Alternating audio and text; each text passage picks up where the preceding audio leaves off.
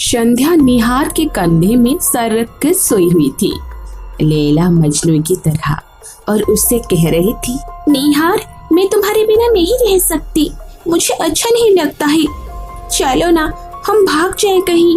और नहीं संध्या, ऐसे हम नहीं कर सकते। अगर हम भाग जाएंगे तो तुम ही सोचो, तुम्हारा जो पति है उसका कितना बेइज्जती होगा। उसकी बेइज्जती होगी तो होने दो, मैं उसके साथ नहीं रह सकती, प्लीज चलो ना निहार, हम कहीं चले जाएं। और मैं तुम्हारे बिना नहीं रह सकती, अच्छा नहीं लगता कुछ भी। आनंद विहार ये सब बातें पीछे चुपके चुपके सब सुनता है और फिर वहाँ से चला जाता है। ये है सेठ सिंघानिया, जो कि एक बहुत बड़े बिजनेसमैन हैं, और ये है उनकी बेटी संध्या, जो कि एक कॉलेज में पढ़ती थी। पापा मैं कॉलेज जा रही हूँ। ठीक है बेटा, जा, और ड्राइवर को बोल वो कॉलेज छोड़ देगा। ठीक है पापा, बाय। संध्या कॉलेज के लिए निकल जाती है। ये है निहार, संध्या का बॉयफ्रेंड। दोनों एक दूसरे से बहुत ही प्यार करते हैं और काफी दिनों से एक साथ हैं। संध्या, हम लोग काफी दिनों से एक साथ हैं, हम लोग को अब शादी कर लेनी चाहिए। हाँ, मैं भी यही सोच रही थी, पापा से बात करूंगी। और अगर तुम्हारा पापा नहीं माने तो? अरे मान जाएंगे, वो हमसे बहुत प्यार करते हैं और मेरी खुशी में ही उनकी खुशी है, तो मान जाएंगे। एक काम करना, संडे को चलते हैं पापा के पास, तुम्हें पापा से मिलवा भी दूंगी और बात भी कर लेंगे हम लोग। संध्या और निहार दोनों प्लान करते हैं कि संध्या के पापा से संडे को मिलने जाएंगे, उनकी शादी की बात करने के लिए।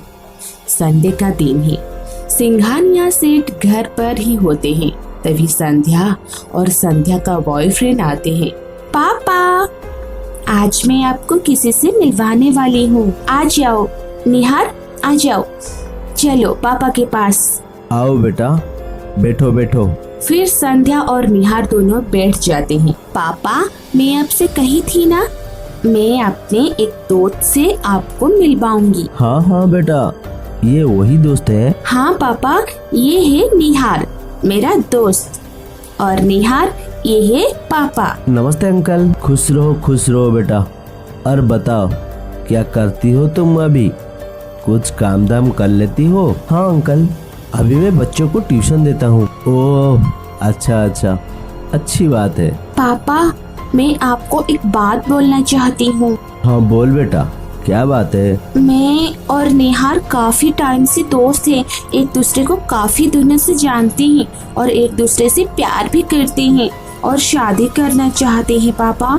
सिंघानिया ये बात सुनकर शॉक्ड हो जाता है और तुरंत उठ खड़े होकर कहता है, ये क्या बोल रही है संध्या? तू इसे शादी करेगी? अरे दोस्ती तक तो ठीक है, घर लेके आई, अच्छा खासा खिलाओ पिलाओ और भगाओ। तू अपने जीवन भर इसके साथ रहने वाली हो? क्या करता है ये? कुछ नहीं, भिख मंगा है, ट्यूशन पढ़ाता है, तेरा एक ड्रेस भी नहीं खरीद कर दे सकता है, और तू इससे शादी करेगी? लेकिन पापा, मैं उससे प्यार करती हूँ, मैं इसके साथ जैसी भी हालत में हूँ खुश हो सकती हूँ पापा। तेरा दिमाग खराब हो गया है, मेरा दिमाग ठीक है, इसीलिए उसको अभी भगाओ यहाँ से, और मुझसे कभी इस बारे में बात मत करना, और कभी भी बोलने की कोशिश की तो फिर देख लेना। चलो अंदर जाओ, घर के अंदर, मैं देखता हूँ इसे। निहार को संध्या के पापा की बात काफी बुरी लगती है। वो तुरंत संध्या से कहता है, क्या संध्या, यही तुम कहती थी ना कि तुम्हारा पापा बहुत अच्छे हैं, तुमसे बहुत प्यार करते हैं, और यही बात मैंने यहाँ आके तो मेरी बेइज्जत कर दी है। चलो मैं चलता हूँ। निहार वहाँ से चला जाता है। निहार रुको तो सही, रुको निहार। निहार कहाँ सुनने वाला था, वो सीधा घर से बाहर चला जाता है। पापा, आपने ये ठीक नहीं किया। लेकिन मैंने जो भी किया ठीक है, चलो घर के अंदर जाओ। सेठ सिंघानिया अपनी बेटी को डांट कर कमरे के अंदर भेज देता है और वो थोड़ी सी चिंता में पड़ जाता है। सेठ सिंघानिया को डर था कहीं उसकी बेटी अपने बॉयफ्रेंड के साथ भाग ना जाए, इसलिए वो अपने ही किसी बिजनेसमैन के साथ उसकी शादी करवा देते हैं जो उम्र में उससे काफी बड़े होते हैं।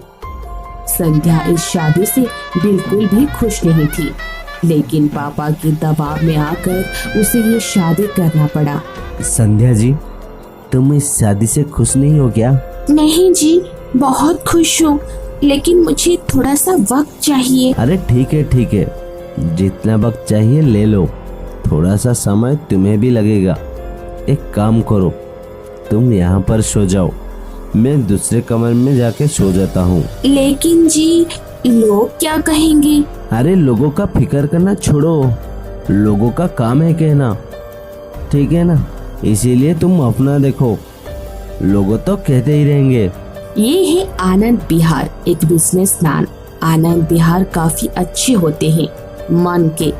वो संध्या को थोड़ा सा वक्त देना चाहते हैं ताकि वो खुद से उसके पास आए, और आनंद बिहार वहाँ से दूसरे कमरे की ओर चले जाते हैं।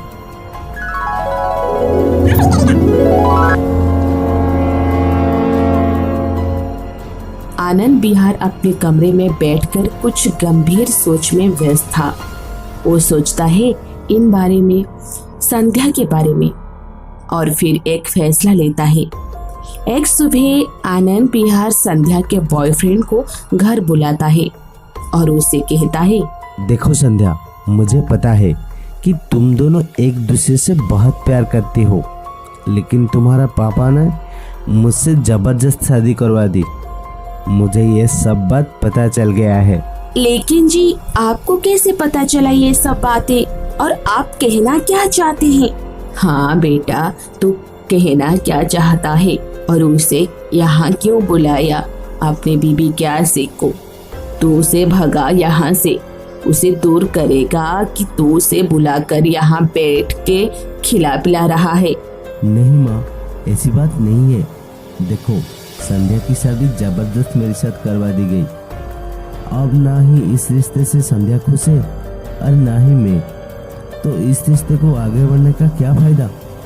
दो परिवार ही टूटेगा, कभी बढ़ नहीं पाएगी। उससे बढ़िया मैं सोच रहा हूँ कि इन दोनों की शादी करवा दूँ। मैं संध्या को तलाक देना चाहता हूँ। तो पागल तो नहीं हो गया? अपनी बीबी की शादी देखा, दुनिया वाले क्या कहेंगे, समाज वाले क्या कहेंगे, हमें यहाँ रहने नहीं देंगे। सबके मुंह में यही बात होगा कि आनंद बिहार अपनी बीबी की शादी उसके आशिक से करवा दी। नहीं माँ, ऐसी बात नहीं है। देखो, संध्या की शादी जबरदस्त मेरे साथ करवा दी गई। अब ना ही इस रिश्ते से संध्या खुश है और ना ही मैं, तो इस रिश्ते को आगे बढ़ने का क्या फायदा? दो परिवार ही टूटेगा, कभी बढ़ नहीं पाएगी। उससे बढ़िया मैं सोच रहा हूँ कि इन दोनों की शादी करवा दूँ। मैं संध्या को तलाक देना चाहता हूँ। ठीक है, लेकिन मेरे पापा नहीं मानेंगे इस रिश्ते के लिए। अरे तुम पापा की छोड़ो ना, मैं उनके साथ बात करूँगा, वो मान जाएंगे। फिर आनंद बिहार संध्या को डिवोर्स दे देता है और निहार से संध्या की शादी करवा देता है। ऐसे ही अब आनंद बिहार भी अपनी लाइफ में खुश रहता है और संध्या और निहार दोनों एक दूसरे के साथ जुड़ जाते हैं और वो लोग भी अपनी लाइफ में खुशी खुशी रहने लगते हैं।